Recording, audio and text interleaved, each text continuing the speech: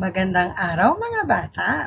Sa aralin natin ngayon, inaasahan na nakapaglalarawan ng mga tao, hayop, bagay, at lugar sa pamayanan. Natutukoy ang mga pang-uri sa pangungusap at naipakikita ang pagtutulungan higit sa oras ng pangangailangan. Basahin ang mga sumusunod na salita. Bilugan ang pang-uri. Tama.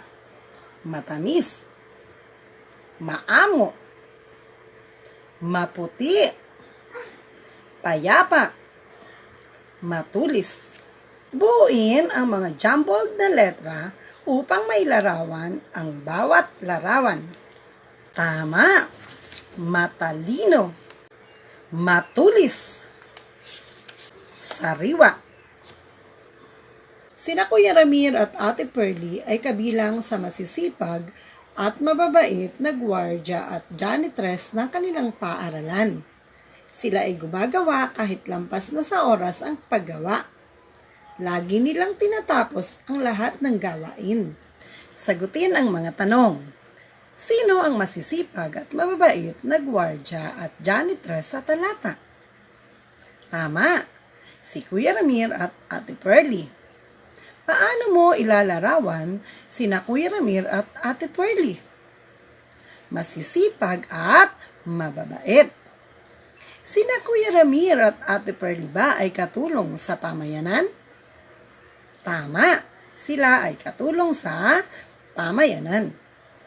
Sino-sino pa ang ating katulong sa pamayanan? Tama, guro, doktor, nurse, inhenyero, at iba pa. Sa iyong palagay, ano ang ginagawa ni Ate Pearly sa mga basura? Tama, sinesegregate niya ang mga basura. Bakit kailangan nating isegregate ang mga basura? Tama, upang makaiwas sa sakit. Mapaganda ang ating kapaligiran. At mapakinabangan pa ang mga dapat mapakinabangan. Sina Dr. Calcita at Engineer Jama ay kilala sa kanilang lugar. Maliban sa may malaki at magandang bahay, kabahagi din sila sa pagtulong sa mga nagkasakit ng COVID-19 sa kanilang lungsod ng Malabon. Sagutin naman natin ngayon ang kasunod na tanong. Sino ang may malaki at magandang bahay? Tama, si Dr. Calcita at Engineer Jama. Paano ninyo mailalarawan ang bahay nila Dr. Calcita at Engineer Jama? Tama, malaki at maganda. Sina Dr. Calcita at Engineer Jama ba ay katulong din ng ating pamayanan? Tama, sila ay katulong ng pamayanan. Saang lungsod nakatira sina Dr. Calcita at Engineer Jama? Tama, sa lungsod ng Malabon. Anong riyon kabilang ang lungsod ng Malabon? Tama, ang lungsod ng Malabon ay kabilang sa National Capital Region. Mahalaga ba na tayo ay tumulong sa mga nangangailangan? Bakit? Tama, mahalaga na tumulong tayo sa nangangailangan bilang isang Pilipino upang ipakita natin ang pagmamalasakit at pagmamahal sa ating kapwa.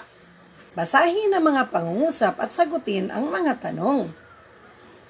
Sina Kuya Ramir at Ate Pearly ay masisipag at mababait na gwardya at janitress. Sino ang inilalarawan sa pangungusap? Tama, si Kuya Ramir at Ate Pearly. Ano-ano ang salitang naglalarawan sa pangungusap? Tama, masisipag at mababait. Maliban sa may malalaki at magagandang bahay, ay kabahagi din sina Dr. Calcita at Engineer Jama sa pagtulong sa mga nagkasakit ng COVID-19. Ano-ano ang salitang ginamit sa paglalarawan sa pangungusap? Tama, malalaki, magaganda, at kabahagi. Ano ang tawag natin sa mga salitang naglalarawan? Tama! Tinatawag natin itong pang-uri. Punan ang patlang ng angkop na pang-uri. Para sa bilang 1, patlang ang hugis ng ating watawat. Tama! Parihaba. Sa bilang 2, patlang ang manggang kinain ni Ella. Tama! Hinog. Bilang 3, ang buhok ni Erica ay patlang na. Tama! Mahaba. Bilang 4, binasa niya ang patlang na aklat. Tama! Makapal. Bilang 5, nagluto ng patlang na ulam si nanay.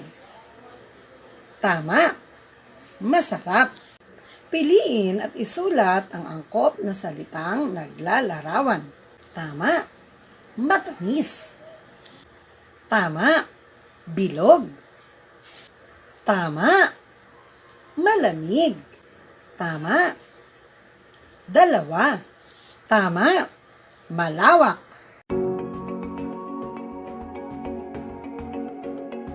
Ano ang pang-uri? Ang pang-uri ay salitang naglalarawan ng sukat, hugis, anyo, kulay, bilang, dami, at iba pang katangian ng tao, bagay, hayop, at puok. May mga salitang naglalarawan na angkop lamang gamitin sa tao, bagay, hayop, at puok. Halimbawa, anyo, matangkad, makulay, malusog. Hugis, baluktot, parisukat, at sulok. Kulay, itim, lila, bughaw. Sukat, malapad, maluwang, makipot. Bilang, marami, kaunti, 10. Lasa, mapait, matabang, maalat. Punan ang patlang ng pang-uring naglalarawan. Isulat ang titik ng tamang sagot. Ang buhok ng mga ita ay patlang. Ang tamang sagot ay B. Kulot. Pangalawa, patlang si Marjorie dahil kaarawan niya ngayon. Ang tamang sagot ay B. Masaya. Pangatlo, ang baby ay patlang kaya umiyak. Ang tamang sagot, letter C. Gutom. Pang-apat, patlang ang boses ni Aisel Santos kaya tuwang-tuwa ako tuwing siya ay kumakanta. Ang tamang sagot ay letter A. Mataas.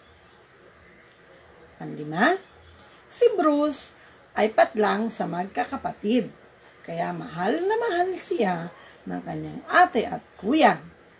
Ang tamang sagot ay C. Bunso.